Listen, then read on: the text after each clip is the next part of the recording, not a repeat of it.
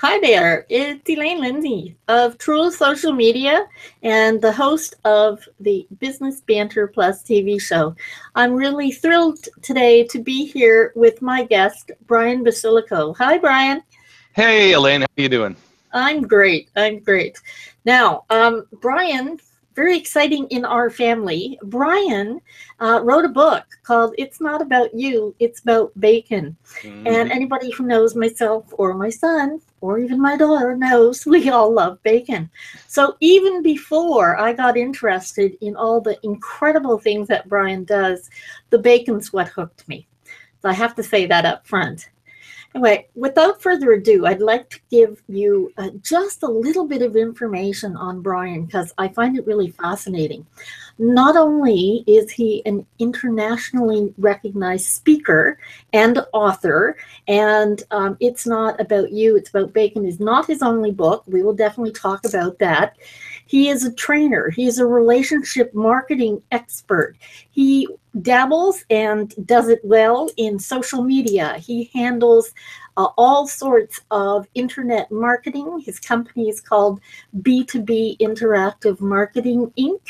And you're also an adjunct professor at a number of colleges and universities, and we'll probably go into that. And I think you are the ultimate all-round entrepreneur. Brian has more than 30 years of experience in marketing, so I don't think there's anything he hasn't done, and quite frankly, done really well. So thank you so much for coming on the show, and welcome. It's wonderful to have you here. Oh, it's my pleasure. I love being on. Great, great. So first of all, well, we have to get right to the bacon, okay? That was sort of what hooked me in the first place when I heard about you. And it's not about you, it's about bacon. So yeah, I totally get the concept of using bacon in marketing. Like, think of all the puns and all the great one-liners. But let's hear it from you. Why bacon? Sure, no problem. Well, it originally started out as the book itself was originally going to be a how-to book. And as soon as I started writing the book, it was obsolete by the time I got to the third chapter because stuff changes so fast, right? Yeah. So I decided to make it into a YA2 book, and the actual full name of the book is called It's Not About You, It's About Relationship Marketing in a Social Media World. Yeah. Okay, and that was the original title of the book until I started, this whole thing with bacon really started in LA when I was giving a speech with a couple of friends of mine. And their names are Rich Kaiser and Georgianne Bender, and they've been customers of mine when I owned my recording studio back in the 1990s, and we've stayed customers, so I got a chance to go out and speak with them in LA. And Georgianne, she pulls out her cell phone and she goes, okay, I'm going to put in there, okay, giving a speech at CHALA 2012, #bacon, and by the time I'm done, I'm going to have 10 new followers. We finished the hour presentation and she was wrong. She had 20 new followers. Just like that. I mean, it was crazy. So what I started doing is I just went, wow, okay, bacon, this is cool. I go to a lot of networking meetings locally, okay? I've run mastermind groups. I belong to some mastermind groups and things of that nature. And most of them happen in the morning and happen at coffee shops or, restaurants. And what I started doing is pulling out my cell phone, and I'd pull it out and I'd go, okay, let me take a picture of some bacon, and I'd put it up on Facebook on my wall. What ended up happening is my friends were going, dude, do you have a prepaid plan with your cardiologist? And it's like, what you don't understand is this is OPB, other people's bacon, right? Yep. So I usually eat oatmeal or something like that. I don't eat a lot of bacon. So I started taking these pictures, and then it just started to explode. I mean, people were posting things on my wall. There's not a day that goes by now that I'm getting 3 or 4 things on my wall with bacon on it every single day. People find it and they said, I'm thinking of you, and I post it. And so I was sitting down with a client and I was talking about my book, and I said, yeah, it's not about you. It's about relationship marketing in the social media world. She looks at me and she goes, it's not about you. It's about bacon. And that's how it happened. It's such a good story. That's really amazing. And yeah, not so people think it's not the only thing we eat in our house. My husband's not really a big bacon aficionado, but the kids and I, it's definitely up there with the really good smoked foods.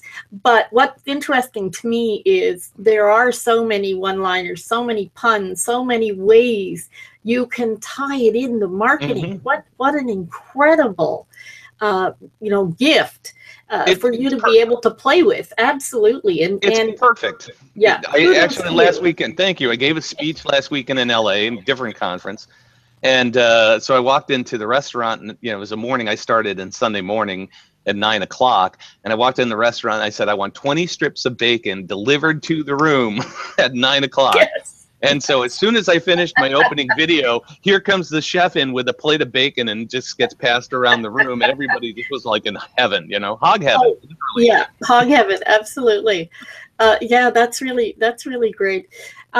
What I also want people to know, and I think this will become more evident. Your background, which fascinated me, is not just radio shows, but it's jingles, and you produced like some really amazing jingles and campaigns. Tell us a little bit about that. Yeah, well, let me give you, I'll kind of give you the alignment history. When I was in my teens, I had a PA system, and I was in a band, and I decided to go out and buy a 4-track recorder and turn it into a recording studio. And so when I was 18, my dad helped me build a real recording studio in our basement with padded walls and the whole 9 yards. And so I was recording bands and doing some local commercials and things like that. I got a degree in electronics, so that's what my degree is in. And I ended up being hired by AT&T in their local training center to rewire their entire video production facility, because they were moving from one location to another location. And the problem is the way it was set up, everything was reversed, so all the wires had to be rebuilt from scratch. Yeah, it was a lot of work. And back then, it's not like today where you pull out a cell phone and you can take a video. I mean, it was an incredible amount of work. I grew from that to become a shooter. As a matter of fact, the first time I picked up a camera, my boss at the time said, "Hey, Brian, what's your house worth?" And at the time I had a townhouse, and I said, "It's worth about $40,000. He says, "Okay, the camera you're putting on your shoulder is twice as much as your home, so don't drop it." So you can imagine the first pictures I was taking was like,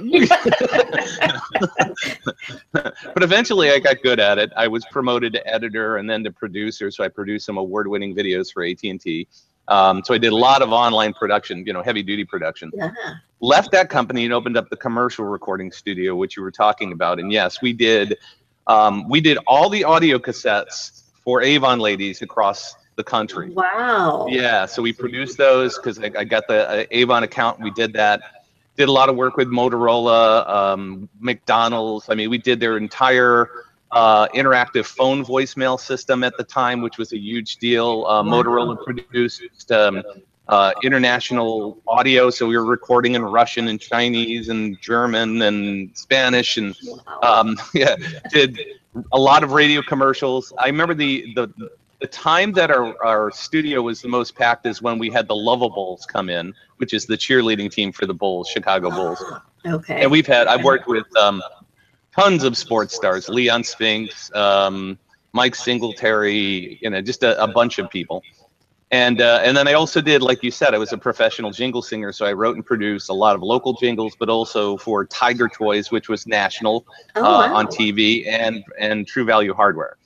And a handful of others too. And then I ended up selling that company to a multimedia production company where I kept doing some of the audio, but I was getting into programming, CD-ROMs, websites, Flash, animation, all those kind of things.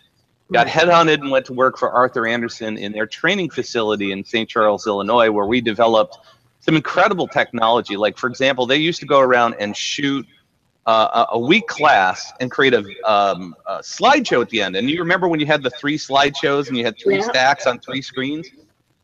We developed a technology through using Macromedia Director, which is no longer around anymore, that they could actually do digital photography and it would split it out to all 3 screens. Oh, wow. Yeah. And then after that, I left and went to an ad agency and started working on still websites, but a lot of online marketing, banner ads and online advertising, Google Ads, Google AdWords, analytics, all that kind of stuff. and then left that and started this company 15 years ago. When I opened up B2B, we were actually doing business card CDs. That was it, you know, so it's the CD with a little hole in there where you could put a little animated thing on there, a little chunk of video or something like that. And about 4 or 5 years into it, you know, I'm a QuickBooks junkie. I mean, I'm always looking at, I drive my accountant nuts because I have 100 different categories of what I put in there. So all of a sudden my duplicator, my CD duplicator broke. And I said, oh, well, let me see what I made. And I looked at my line items, and that last year I only made $100 and it was going to cost me $1,200 to replace it. And I said, okay, I'm out of the CD making business. Yeah. So then I got into, again, still doing websites and a lot of the Google stuff, but then really started to grow into online marketing, SEO, and of course, social media, Facebook, LinkedIn, Twitter, Pinterest, Google+, you know, and all of those things. And now I'm into Periscopes and Blabs. Yeah, you know, all of those kind of things, Google Hangouts, you know, and really what the, you know, the end result of all of this is I have enough of a background to understand marketing, what it does traditionally from the ground up.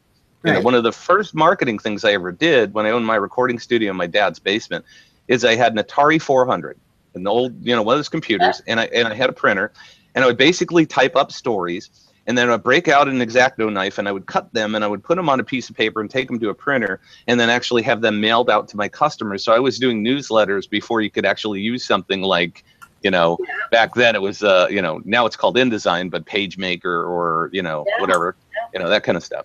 So I really understand the core basis of marketing, you know, understanding your audience, your avatar, and then using all of these tools to niche out in a way that gets incredible results.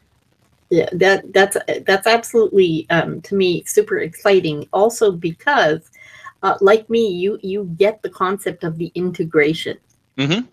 You know, marketing, it's not about the different segments. And for the longest time, we were seeing people segmenting things. You know, you had your marketing people that did the website, you had your people that handled the blog, you had people that did the social, and then you had somebody else that did the SEO, and none of those people ever got together. Right.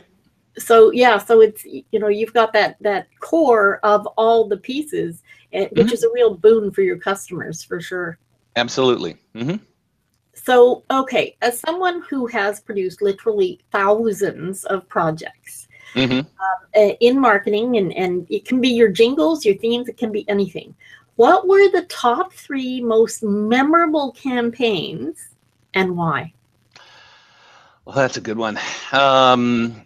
Let's see. Well, the top 3 memorable ones were, we actually, when I owned the recording studio, we had, I opened up a second company called Sound Publications, where we actually recorded audiobooks for people. And so that was, you know, we were recording, and it was all duplicated on cassette and stuff like that. And probably the coolest one is we did a complete spy novel, including all original music, sound effects, the whole 9 yards, with professional actors. That was a lot of fun. The second one is probably when I did the True Value hardware jingle, and it was all over, you know, every Sunday, it was all over the football games. My dad calls me up from Las Vegas and says, "Holy crap, is that you singing on TV?" Yeah. So at least he got to see that it paid off all the hard work that we put in. And, you know, and then the other ones are, you know, stuff that's happening now, you know, because I was just on the phone, as a matter of fact, with a local lawyer. I mean, it's crazy. But I've really, one of the things that I do now in my business is you're the kind of person I know that loves to get in and do the social media for people. I mean, that's your, you know, your thing. My thing is really to set up the system so it can be successful and either teach the clients how to do it or connect people like you with them so it can get done. But it's really all about the system.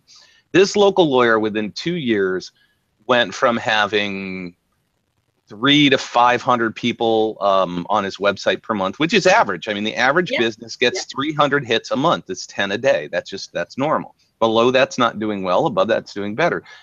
We looked at his numbers, and as last month, he hit over 7,000 people on his website. And that's because he's blogging and using social media and doing all the things to the point where they can't take on any more business. Yeah. That's a return on investment. Yeah.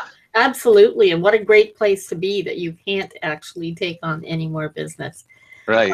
Yeah. I'm a firm believer in the training piece, and we actually do an awful lot of the training as well, because that's to me most important. One thing I really wanted to stress there, and you just kind of glossed over, but not only did you do the concept of the true value, you're the singer. Yep. Okay, like that's a big deal in itself. It's one thing to put it together. You know, some people say, yeah, they're jingle writers, they do whatever, but you did all of it. Yep. Okay, the engineering, the production, the whole 9 yards. Yeah, well, I had a staff at the time. I mean, I did have some help, but yeah, I wrote the jingle, sang the jingle, all that kind of stuff. Yeah. Okay. Well, that's certainly different, and it does give you so much deeper of an understanding of what's required, both in traditional marketing and in the new style. You know, now that we're in this social age, everything has changed. Everything's so immediate. Yes. It really does take a lot to make sure that you're keeping you and your clients current. Right. Very true. I was at a meeting yesterday.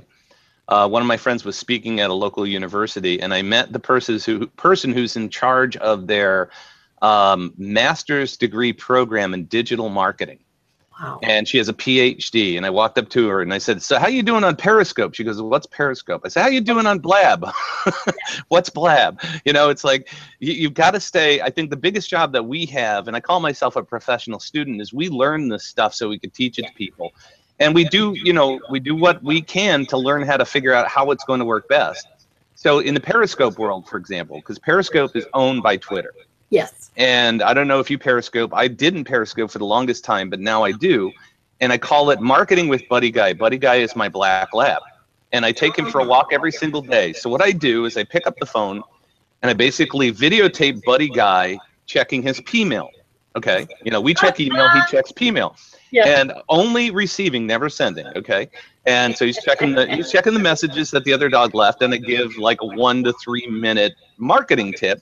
And that's my Periscope. And that's exactly, I found a way to use it that I think is, short, simple, easy. And it's funny because somebody came to me and said, hey, I love your Periscopes. Do you mind if I repurpose them and put them up on my YouTube channel? I said, absolutely not. So I got smart and said, okay, here's how you reach me at the end of every single blab. Oh, perfect. Or Periscope. Periscope. Yeah. And see, that's what's really key there. You didn't just, okay, I Periscope probably not as much as I should, but you're not just Periscoping, you're making it entertaining. Right. And that's that, everything you do, I find you personalize, you customize. And to me, it goes back to your founding in relationship marketing.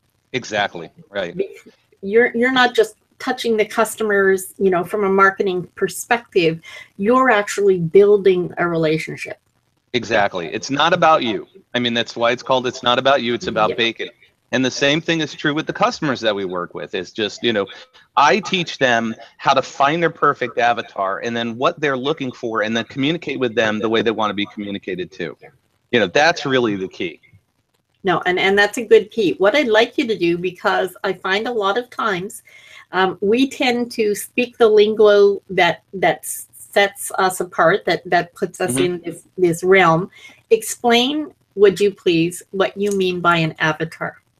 Okay, an avatar is the perfect customer for you. That's what it is. An avatar it's not the movie with the blue people and stuff like that.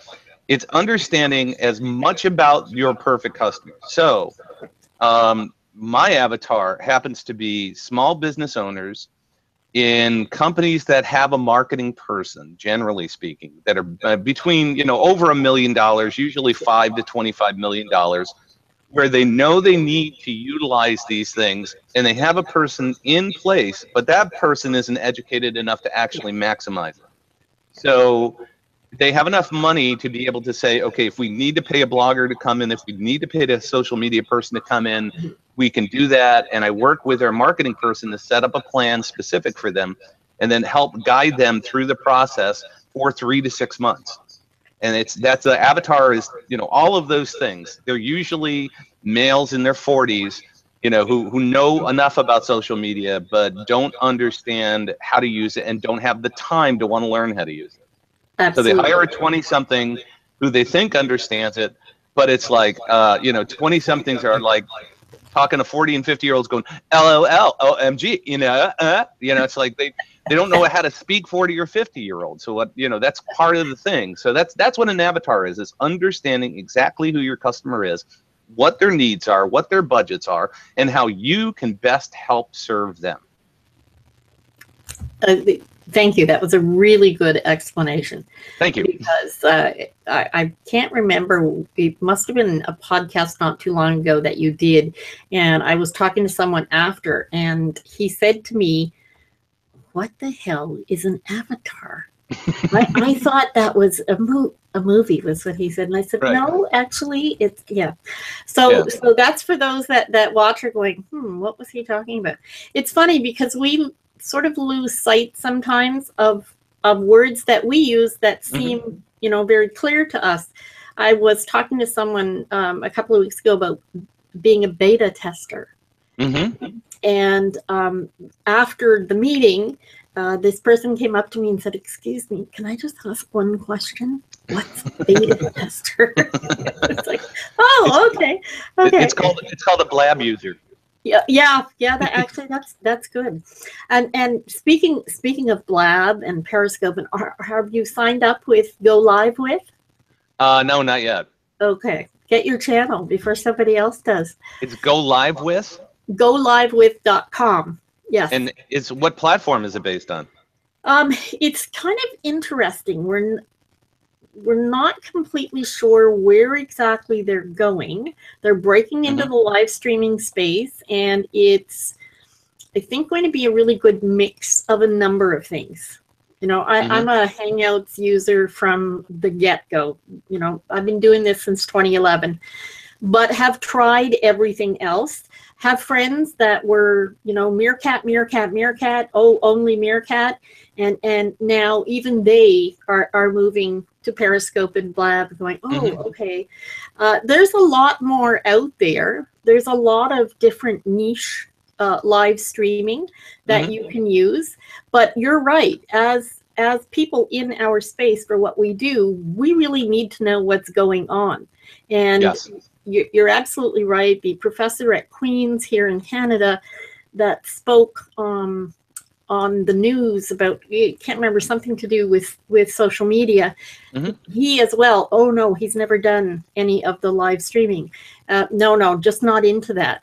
It's not a matter of being into it. I think if you're going to teach it, you need to know what it is. You know, whether you like it or whether you don't, it's kind of irrelevant. Right. You know, it's important for your students and it's important for the clients.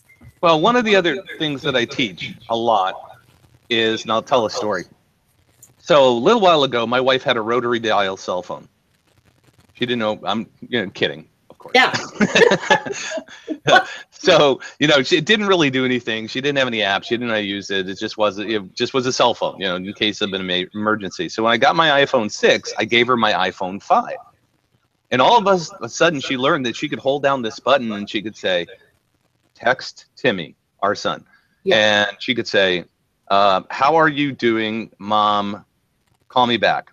And what happened is when she would call and leave the kids messages, they would never return the phone calls. When she texted them, and she could do it just by talking, immediately they would respond. And she went, whoa, you know? So she learned a very valuable lesson is, you need to communicate with your audience in the place that they want to be communicated to.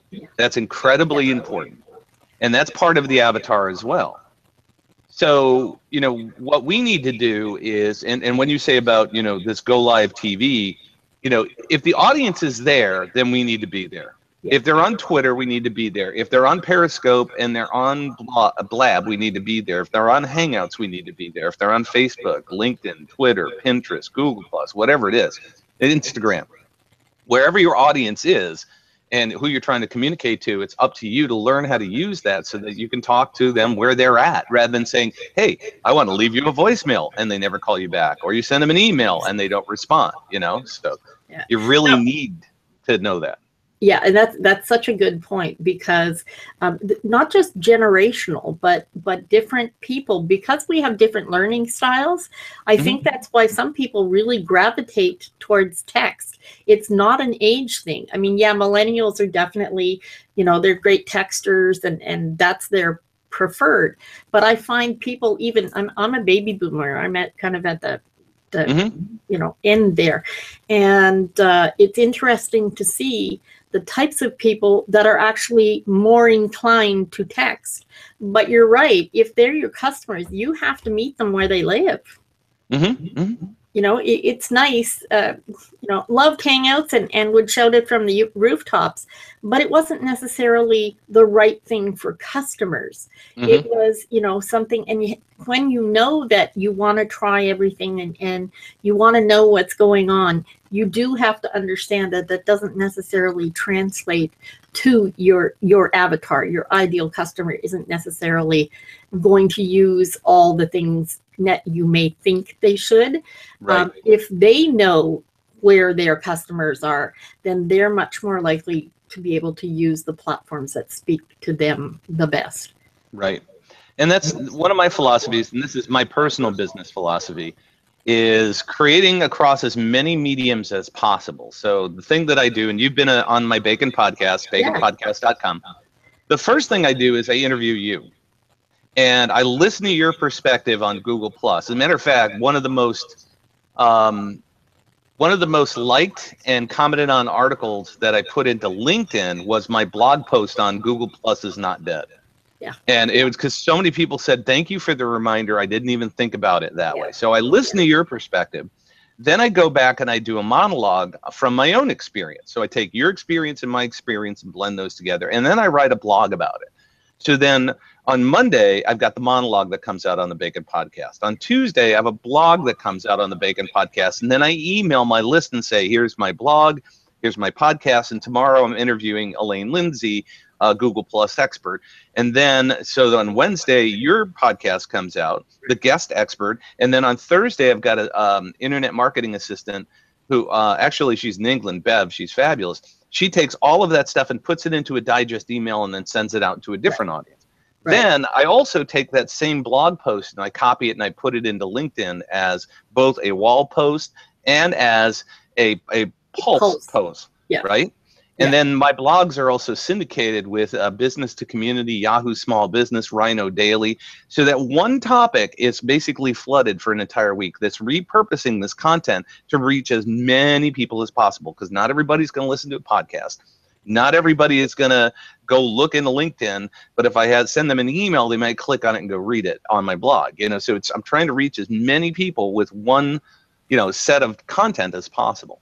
And that's one of the reasons I wanted you on the show, was because you really get it. You understand about the repurposing. You understand about the syndication. And quite frankly, you do it incredibly well. Thank you. You're very welcome. Yeah. One of the things I always say, and this is another story, is there's a lot of people that sell SEO, right? Yeah. And they're everywhere. And basically they're saying, well, we could get you #1 on Google. And the thing that I say to all of my clients, I said, here's a simple question to ask them. Are you #1 on Google? Yeah. If you're not #1 on Google, how can you possibly make me #1 on Google, right? Because you don't understand, you're not understanding what Google wants. And this is a true story. When I started B2B interactive marketing, I said I was doing business card CDs. It was a play on words. It was B2B, Brian Basilico, B squared, business to business, interactive marketing. I did not realize or think about at the time that B2B interactive marketing is a term that is as generic as Kleenex on the internet. Oh, yeah. Yeah. Right? Okay. Yeah. But if you go in Google right now and search B2B interactive marketing, guess who comes up first, right? Yeah. Yeah.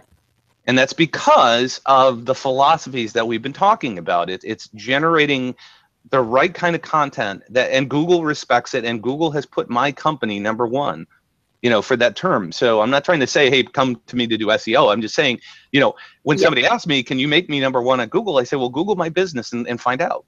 Yeah, absolutely. It's such a good point. And the fact is, it's not just the quality, it's the relevance. Right.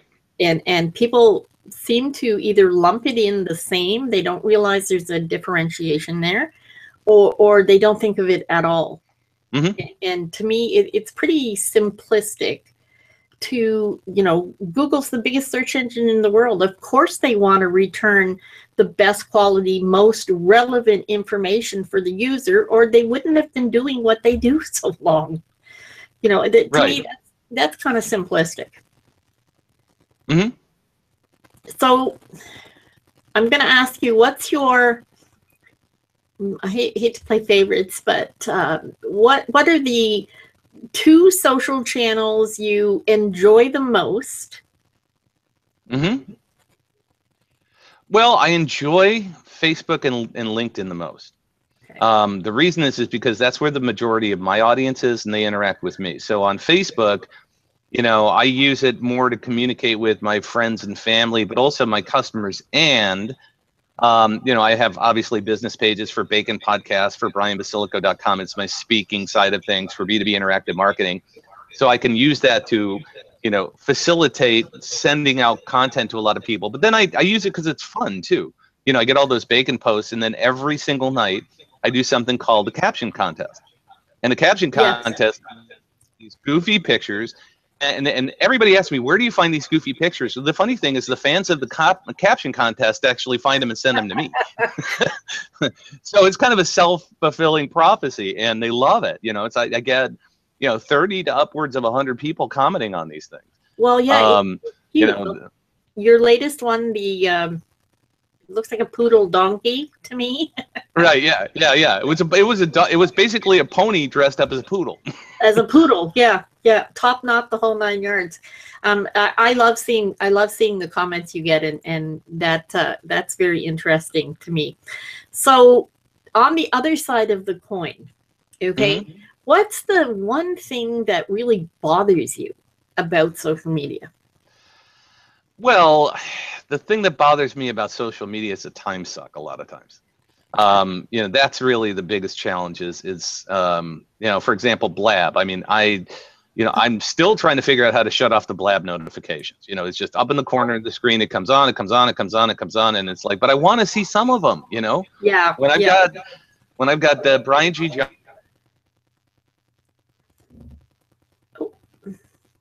I'm going to jump on and be friends with those guys.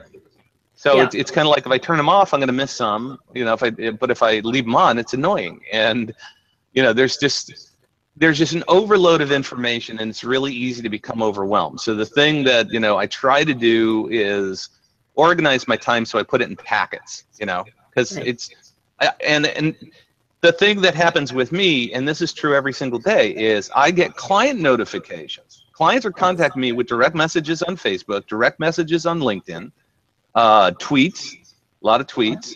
And then, of course, I get texts from them, phone calls from them, emails from them, sometimes even on Google+. And you've got to be responsive to those things. So as a small business owner, it's like that's the challenge is you're in the middle of doing your thing, and all of a sudden, ding, and you don't want to do that. But if a client really has a problem, like one this morning, she says, is WordPress working for you? And, we went forth and back and forth. And, I said, yeah, look at this, it's working. Look at this, it's working. She says, is the menus working? And I said, no. And so what it was is I didn't do this, and I actually didn't build this website for her, just help her with some stuff. But somebody changed the permalink structure, and the menu stopped working. Oh. So just simple, go in, click the button, say it's working, now it's done. So when clients have that problem and it's costing them money, you've got to be responsive, Or you have to have a customer service rep who's going to work for your clients immediately and do that stuff. Yeah. But then all of a sudden, can you monetize the customer service rep? Because if you're doing free customer service where a customer is paying you for something else, it's like that balancing act. So that's the challenge. Oh, absolutely. That's a very good point.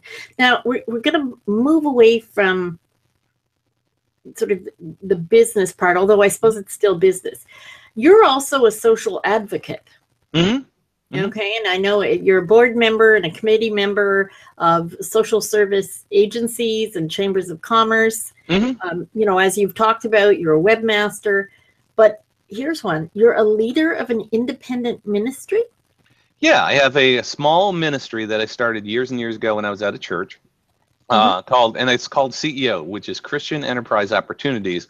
And all it is we get together once a month and we watch a video and discuss how to bring, spirituality into our businesses, however you want to do it. That's all it is. It's just you take a minute and just get away from the money-making mentality to the servant leadership mentality, and how can we do that best? So it's just a 1 hour a month thing that, a dozen people or so come to. It used to be a fairly bigger organization when it was tied to a church, but now it's kind of independent. But yeah, I do that monthly. Yeah. And that's location based. So yeah, it's based in Batavia, Illinois. So you have to be within the Chicagoland area to come to it, because it's a live sit down. Oh. And I've done so many other things in the past. I mean, me and my wife at the church prior to the one I'm going to, we created 2 programs. One called Adopt a Child. At Christmas, we gave over 500 kids Christmas gifts. It's kind of like Angel Tree. And the way we worked it is we got the people in the congregation to go out and spend $50 per kid. But we wanted them to take their children to see that when you have $50, it's only going to buy, the kids really need the clothes more than they need the toys. So when you take $50 and you say, okay, get me a pair of, socks, jeans, and a shirt, you've got money left over for one toy. And it's not going to be a remote control drone, it's going to be, something simple. And of course, and so it's really was about teaching, the kids of the families, what charity is and then how hard it is to make that work. But also then, obviously to give back to the community. And then the second one we did was Operation Helping Hands, where we worked with United Way. And the whole church, about 500 people, would go out to all the nonprofits and basically do a day of service where they would, do yard work, paint hallways, repair things. It was all just, it was the, community service to those who serve the community. That's what it was. So those were the 2 things that we did. Wow. I think that's why I find you so very well-rounded, because you take into consideration, all the great parts of being a human, the emotional, the spiritual, and the business. And I saw that you had dedicated your book to your wife, and you called her your best friend, which I think is really incredible. How many children do you have? 2. Timmy is 29. Tiffany is 30. All right. Yeah, like me, your kids are grown as well. Yep. Yeah. And they're both doing well. They work for Tim works for Pepsi Corporation. Tiffany's with J. Crew as a manager of a store, and a pretty high level store. So they're both doing great. It's nice when our kids do well. It's certainly nice to see. Yeah, and I'm sure they, like you, give back as well. Very much so. Yes. Yeah. It's wonderful to see it sort of trickle down. So we're nearing the end of the show here, and I always ask my guests when I say thank you so much. I love what you have to say. I love what you share, and I totally love your attitude, and that was why it was important for me to get you on the show. Now, I would love you to leave a little tidbit nugget for people to either implement in their personal lives, their business life, or perhaps both, that they can do right away. Right. Well, I'm listening to the audiobook Start With Why right now. Yes. And yes, it's a great book. And so the key question I think I want you to ask yourselves is, what's the why behind your business? If you don't understand the concept, most marketing, the how, what, and then goes to the why. So this is, or it's what we do, how we do it, and why. So, what we do is we make cell phones. How we do it in great plants, and the why we do it is because we're going to give you better connectivity. Where an Apple iPhone started with the why. Yeah. Why do you? What's the purpose for life easier and simpler and things? He's a big Apple advocate. So the thing I'm going to leave people with is, if you start with the why, the easiest way to get the kind of response that you want is by asking questions of your audience. So ask your question in a sense of, how can I best serve you? What needs do you have? And when you start to see that social component of it and the relationship component, then, you know, the how and the why and the what all work in the right order. And that's where I think it's most important. There's a book by my mentor. One of my philosophies is every doctor needs a doctor, every mentor needs a mentor, and every coach needs a coach. I happen to have two coaches, and I love them both. One helps me work on the mindset, one helps me work on the business, you know, and it's, but one of my mentors, his name is Al Ritter, he wrote a book, it's called The 100-0 Principle. And that is give 100% of yourself, 100% of the time, expect nothing in return, and watch what happens. And it's that servant leadership mindset that really helps you to propel your clients. So let's start with that why and think about how you can serve them rather than how you can be making more money. Because the money will follow. Absolutely. Absolutely. That was very well said. And thank you. Yeah, absolutely. It's something great to listen to. If you haven't read Simon Sinek's book, go out and get it. Start with why. More to the point. If you haven't read, it's not about you. It's about bacon, the relationship marketing for the social media world. Go out and get that as well. I tell you, like, run, don't walk. I'll make sure that we have links on the website and under the video so that you can go and get that as well. Not the only book that Brian's written, so we'll make sure we have all the links for you. Again, thank you so much to my guest, Brian Basilico. He has the Bacon Podcast. He's an author. He has B2B Interactive Marketing Inc. Pardon me, and brianbasilico.com. He is into pretty much everything you can do on the internet, and he does it really well. Thanks for being with us today. I'm Elaine Lindsay, Truel Social Media, and your host here at Business Banter Plus TV. Until next time, make it matter.